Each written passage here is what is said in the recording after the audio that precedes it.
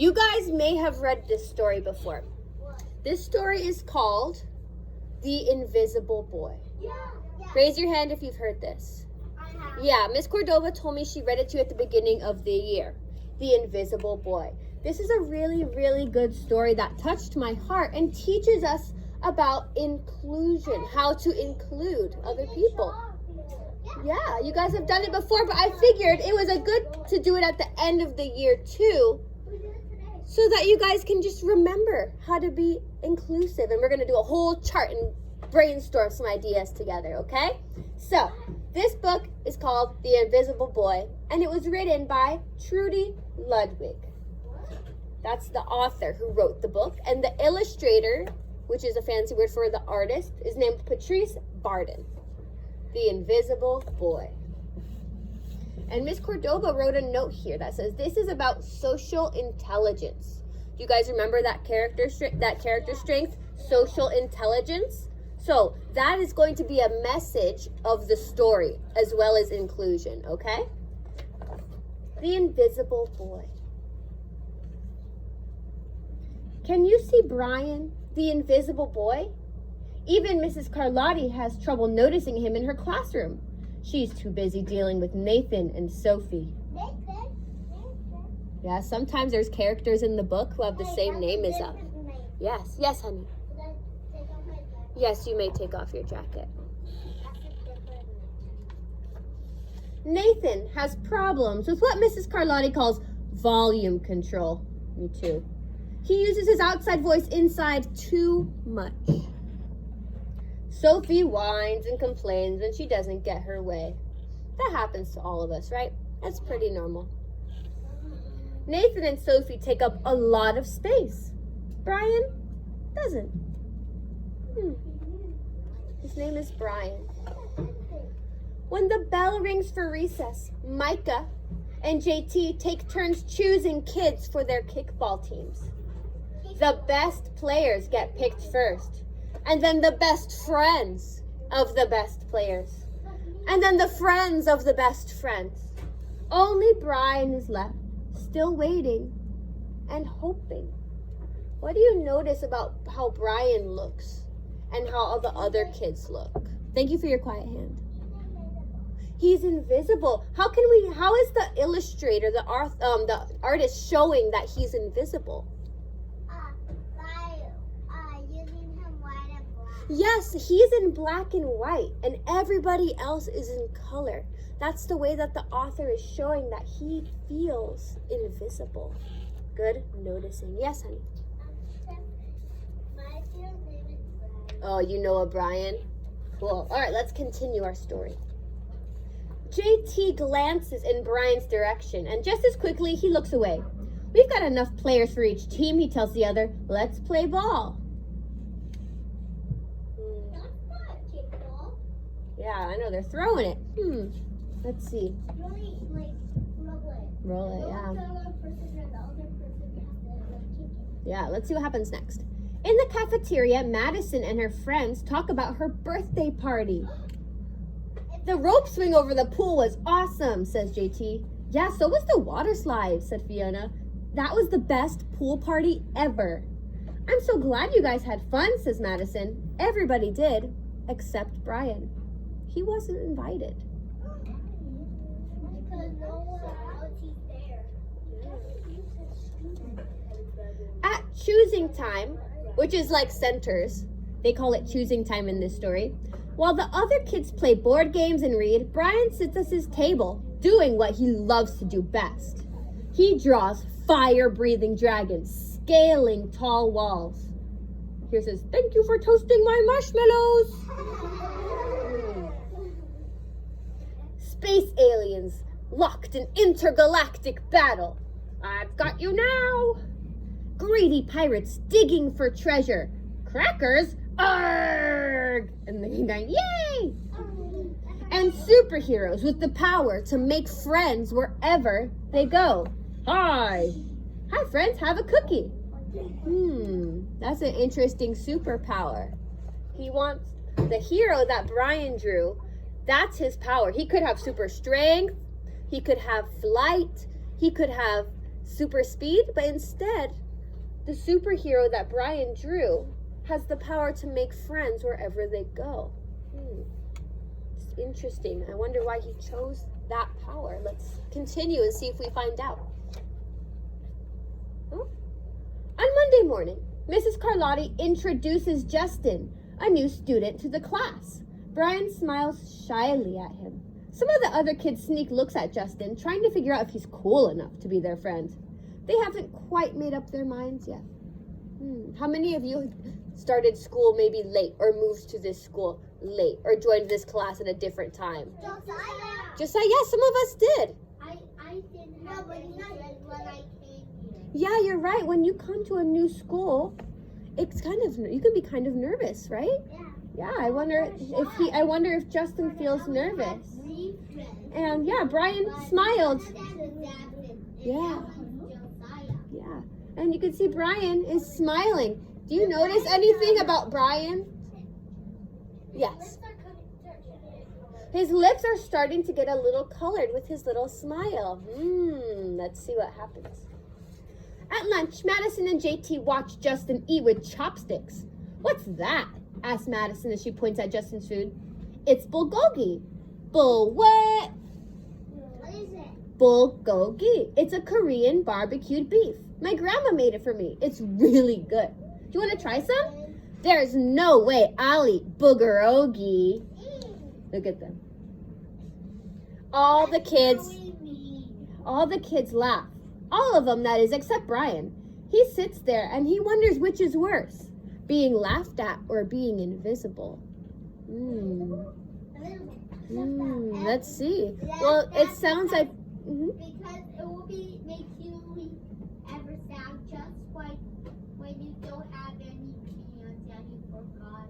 Yeah, you're totally right. Let's see. Brian is feeling empathy. He's saying, oh man, that must be really tough. Even though I'm invisible to some kids, he's getting laughed at. That must also be really tough. The next day, when Justin goes to his cubby to put away his backpack, he notices a piece of paper with his name on it. Justin. I thought the bulgogi looked good. From Brian. Yum! At morning recess, Brian finds a piece of chalk on the ground and starts drawing away. You're Brian, right? Yeah. Thanks for the note. Hey, Justin, Emilio calls from the tetherball court. You're up next. Sorry, I gotta go, says Justin. By the way, that's a really cool drawing, he adds before taking off. Look at his color is starting to make Brian feel more colorful. Look at Brian. Yes, honey. His colors from her are just starting to get color. Yes. Remember, have any of you seen Trolls? Yeah. You know how when they are sad, they lose their color? You know how branch? This is reminding me, I'm making a connection to Trolls, where they're making their color shine. Making his color shine. Back in class, Mrs. Carlotti asked the kids to team up in 2s or 3s for a special project. The kids scurry around the room to pair off. Brian heads towards Justin.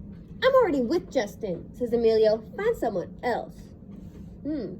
Brian looks at the floor, wishing he could draw a hole to swallow him up.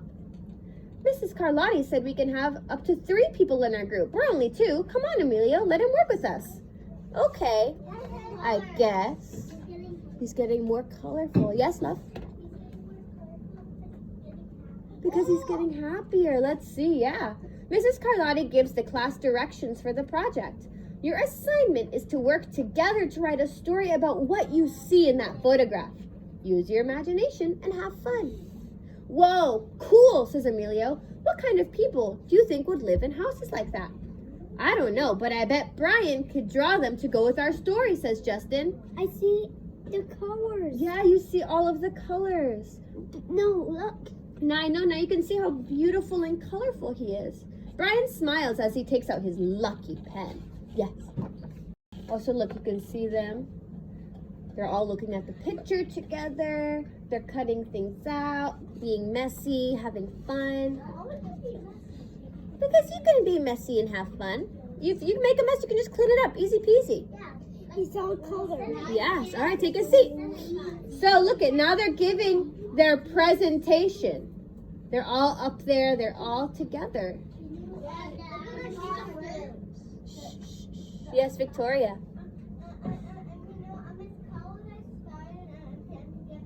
They are. It's lunchtime again. Brian's least favorite part of the day. Another 20 long minutes of kids talking and laughing with everybody else but him. Brian, he hears someone shout. Hey, Brian, over here. Brian turns to see Justin waving at him. Emilio nods at Brian and he makes room for him at the table. Cookie? Thanks. Maybe, just maybe, Brian's not so invisible after all. So, my friend, Maybe we can make our own imagination. we will see. Yes, everyone has their own imaginations. Okay, so, my darlings, we're going to talk about inclusion and including people, making them feel welcome. We're going to talk about what inclusion can feel like, what it looks like, and what it sounds like. So, when we include other people, when we are inclusive, we are making people feel happy, and we're including them just like in the story. So, what was a time in our story that we got to see what inclusion looks like? What does it look like to include people? How could you include someone, even in the story, or if you're at recess or something? What does it look like to include somebody? That's a great question. To include means that you are having other people, you're welcoming them. Just like in the story, because Brian was invisible, but Justin included him. He said, hey, he can join our group. That's totally fine. Hey, you can sit with us. He was including him, right? So he didn't feel invisible anymore. He got his color back. So what does it look like to include someone? Take a second and think a little bit more about it.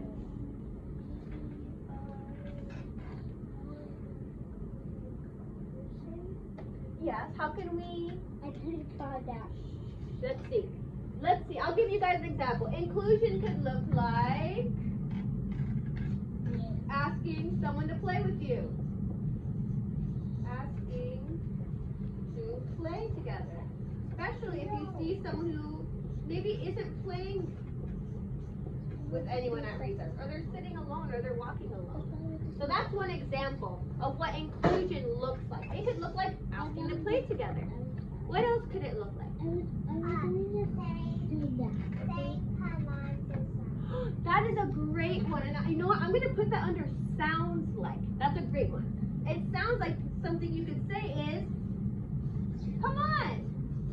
Saying come on. If you see someone who maybe looks sad or alone, you could say, come on. And just have them join you. That is a great one. What is another way that what inclusion looks like or feels like or sounds like? What is another thing that we can talk about? What inclusion looks like or feels like? Let's think about feels like. What does it feel like when you're included? When someone includes you? How does that feel?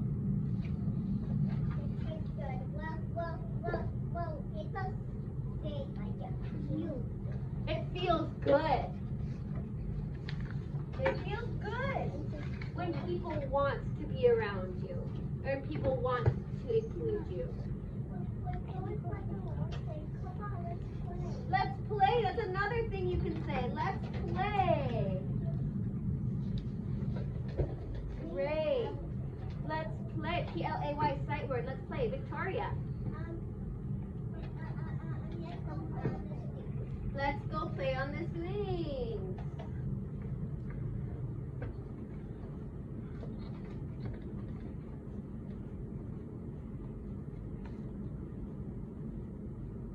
Good. What else? What can it look like or sound like or feel like?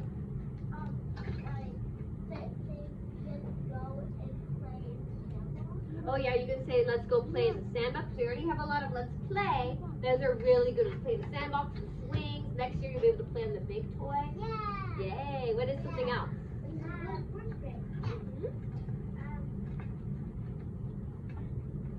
let's try to think. What else does it feel like? What does it feel like when you are included, or when you include other people? You feel good. You feel better. What else? What zone might you feel if you are in? What zone might you be in if you're feeling included? Let's go play. Yes, let's go play. That's another great one. You know what? Maybe you might feel zesty. Maybe before you might have felt a little bit sad, a little bit maybe in the yellow or the blue zone. And then if someone includes you, you can feel happy. What zone is that? Green. You might feel in the green zone. What else? Hunter. You can be nice to people. I love that. Being kind, being nice to people. How can we show that? Being nice to people. Because something that I noticed is that Brian and Justin became friends because Brian noticed that people were kind of making fun of Justin and his food. His food is part of his culture. It says that he's Korean. Take a seat. And in his culture, that food might be very important and delicious to him. Just because it's different doesn't mean it's bad, right? So, that is a tool of being nice to people. Saying kind words. Yes, what are some kind words? What if someone shows up to school with a new haircut and you can tell they feel kind of nervous? What's something you could say? Looks great! You look great. Or if someone is wearing a new outfit, or if you can tell someone is just feeling themselves, they got something new, you can just say, you look great today. Maybe you didn't even know they were beautiful. Yeah, let's see what else. Smile at 25 people. I love that. Smile at 25 people. Yes. Thank you for being a problem solver. What else? Maybe instead of doing this, I can. Okay. Thank you, my love. Yes. Would you like to play with us? I love that. Would you like to play? Because sometimes people, maybe they just want a little alone time. That's normal. Sometimes there are some days where I just like, I know I'm just tired, I'm not feeling it, I want to play. But I would love it if someone asked, right? So, we have some things about what inclusion looks like. What about if you see someone sitting alone at snack or lunch? What could you say to them? Come and sit with. Yes! Come sit with us! Come sit. Come sit with us. When we are including other people, and when we are included, we grow connected. We are stronger together. Your connections with people are stronger, and you know, they have my back. Bless you. We're a school family. We're a classroom family, and even when you go to first grade, you still are going to know all of your friends, and it's important that we know they have my back, and I have their back. We're there for each other. What else would you like to add? Yes. Yes, we're almost done with this, my friends. You've been doing a great job. I love you. Reminding people that you love them. Reminding people that you love them. There's lots of types of love. There's the love you have for your family, the love that you have for your friends when you're older, the love you have for your partner. There's lots of types of love. It's okay to say I love you to your friends. It doesn't mean you have a crush on them. It just means that you care about them. You can love your friends and not have a crush on them. I love all of my friends. Right? It's okay to say that you love them. It doesn't mean you have a crush or anything like that. Right? It's just love. Love is for everybody. Well, wait a second. So, my friends, I'm going to give you a challenge. Your challenge over the weekend, and I'm going to have Miss Cordova. I'm going to have Miss Cordova check in on Monday. My challenge is to try to do one thing that's inclusive. So that means if you're maybe over the weekend you go to the zoo or something and you see someone who's alone, or if you're with a friend, or if you're on a play date, try to do something that makes them feel included. Maybe give them a compliment. It looks looks like a compliment. A compliment is just saying something nice, right? Say something nice, like you look great. Compliment. Give someone a compliment this weekend. Ask someone to play with you. Be kind. That's my challenge. And then on Monday, I'm going to have Miss Cordova go around and see how many of you guys were able to do that. Because you can even just do that in the classroom. You can get it done today. So, great lesson, you guys. I appreciate you. You make my heart so happy. We're going to do a quick movement break. And then we're going to do our clouds, okay? All right, thank you.